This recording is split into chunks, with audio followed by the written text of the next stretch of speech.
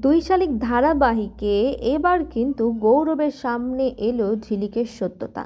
হ্যাঁ বন্ধুরা, এখানে আসলে গৌরব সেই আশ্রমে ফোন করে, কারণ এখানে ঝিলিকের মা তো রয়েছে। আর তার আসল পরিচয় জানতেই সেই আশ্রমে ফোন করে এবং তাদেরকে একটা ছবি পাঠায়। তারপর সেই আশ্রমের লোকেরা বলে, হ্যাঁ এই তো সেই মহিলা, আর আপনার স্ত্রী কিন্তু অনেক ভালো একজন লোক। এটা শুনে গৌরব কিন্তু একটু চমকে যায়, বলে আপনারা কি তাকে চেনেন? তখন তারা বলে যে হ্যাঁ, প্রতি বছরই তো আপনার স্ত্রী এই আশ্রমে আসে এবং অনেক দান দক্ষিণা করে যায়। উনি অনেক ভালো মনের মানুষ, এই তো সেদিনও এলো এবং 10,000 টাকার অনুদান দিয়ে গেল। আমরা তার কাছে বড় কৃতজ্ঞ। এই কথা শুনে কিন্তু গৌরবের একটু খটকা লেগে যায়।